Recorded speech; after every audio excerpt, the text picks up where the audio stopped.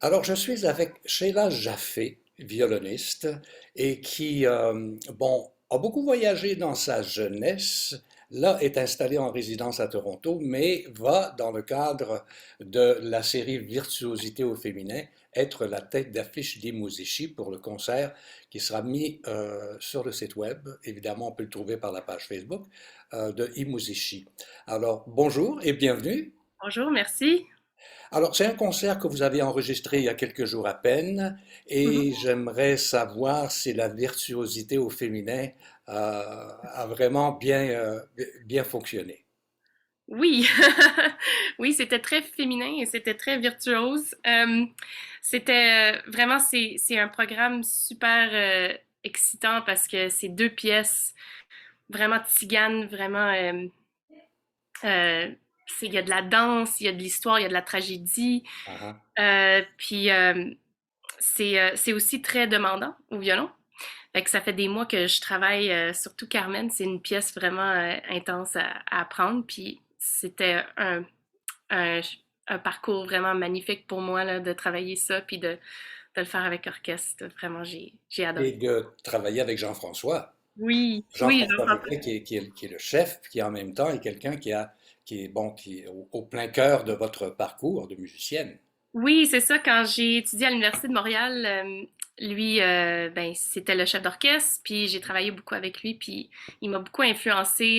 Je le trouvais super inspirant. Il y avait plein d'idées extraordinaires sur la musique, puis l'énergie avec laquelle il approchait l'enseignement, c'était vraiment extraordinaire pour moi, là. Je suis vraiment très contente de l'avoir retrouvé aussi comme ça dans le milieu professionnel. J'aimerais ça qu'on repasse un petit peu, qu'on voit en revue votre parcours qui est quand même très intéressant. Bon, vous Oui. êtes né à Montréal. Née à Montréal, oui, à Ville-la-Salle.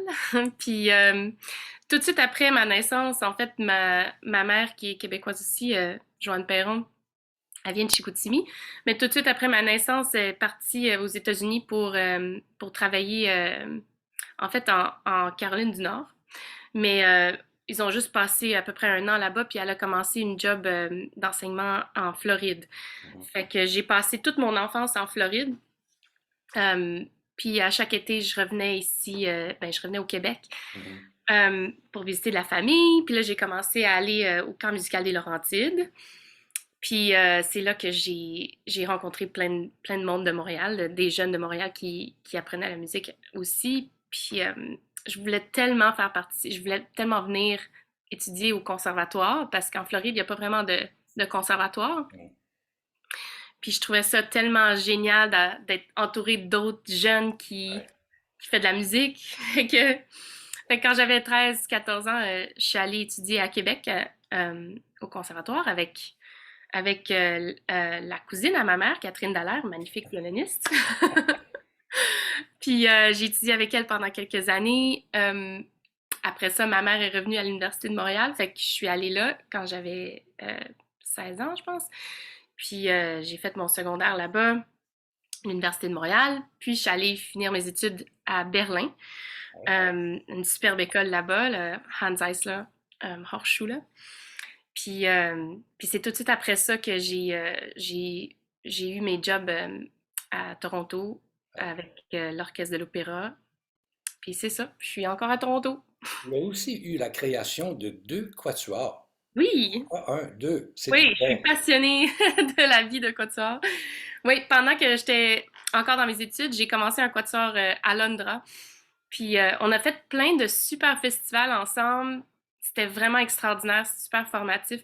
Puis Puis c'était tous, maintenant ils sont tous dans différents orchestres partout en Europe puis aux États-Unis. Fait que ça c'était vraiment super le fun. Fait que à cause de ça, on n'a pas pu continuer. On était vraiment dans quatre différentes villes. Mais là, depuis 2013, j'ai un super quatuor, le Rosebud String Quartet. Mhm. Puis c'est ça, à chaque été, on remplit notre horaire avec plein de concerts, plein de festivals. Puis pendant l'année, on est capable de faire deux, trois concerts aussi. Mais on a tous des jobs d'orchestre aussi pour pouvoir Est-ce qu'il payer n'y a nos... pas, est-ce qu'il y a pas aussi une demi-sœur qui est Oui, dans le milieu du violon? oui, Isabella Perron, c'est une magnifique violoniste et altiste aussi. Puis elle joue du piano, puis elle chante aussi. Elle est vraiment extraordinaire. Il y a du talent dans la famille, quoi. Oui, il y en a à partager. Oui. Puis Alors là, vous partagez la scène, Sheila, avec d'autres musiciens d'Imouzichi, évidemment, mais qui sont, à leur façon, remarquables. oui, vraiment. Oui. Mais Alors, on va peut-être les nommer. ben, j'en connais une couple. Ben, justement, ben, Marie-Ève Poupard, Mhm. c'est une violoniste extraordinaire. J'ai rencontré quand j'avais 12 ans, je pense. Peut-être, non, peut-être plus jeune que ça, je sais pas trop. Puis on s'est retrouvés plusieurs fois à travers notre apprentissage. Puis j'avais toujours beaucoup admiré, en fait.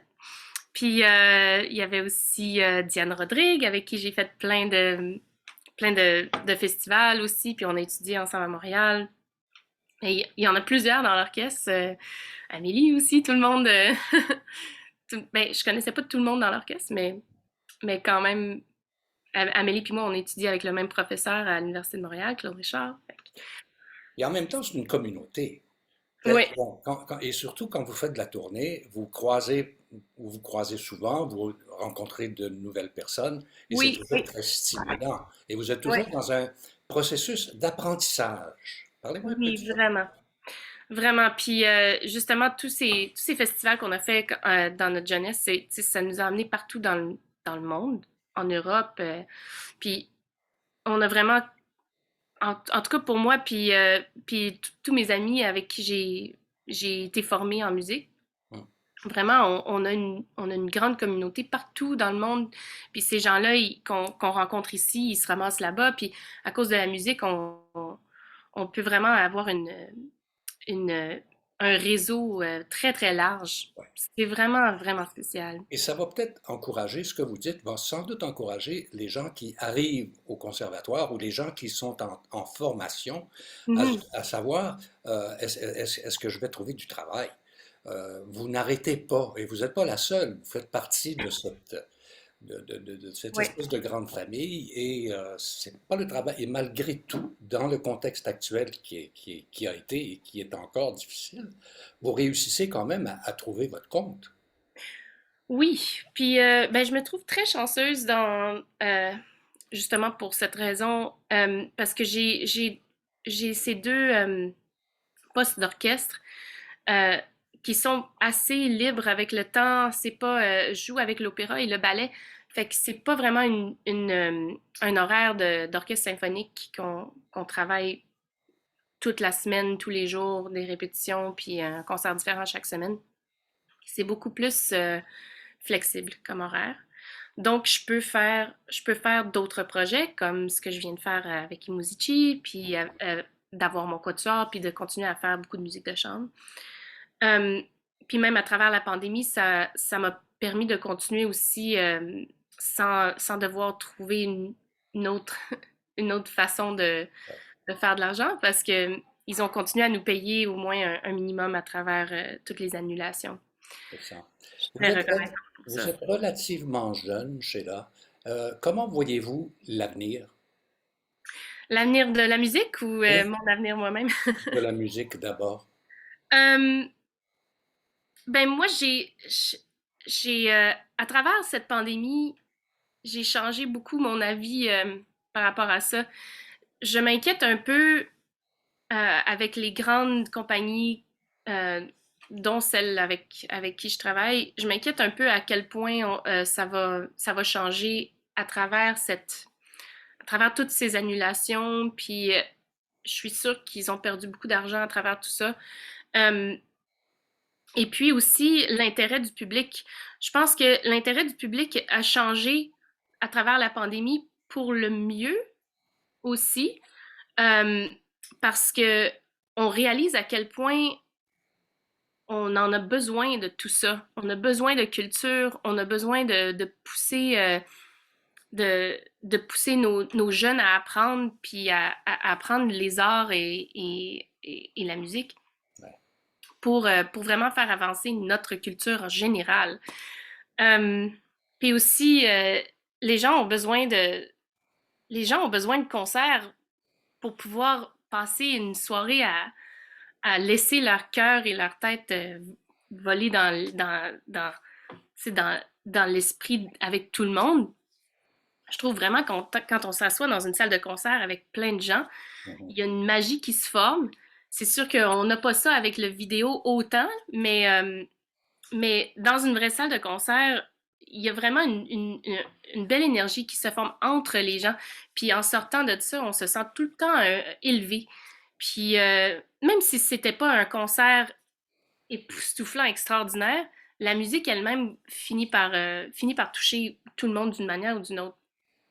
Puis je trouve ça vraiment important. Puis je pense que c'est plus évident pour tout le monde ça maintenant que ça a été enlevé pendant un D'accord. bout de temps.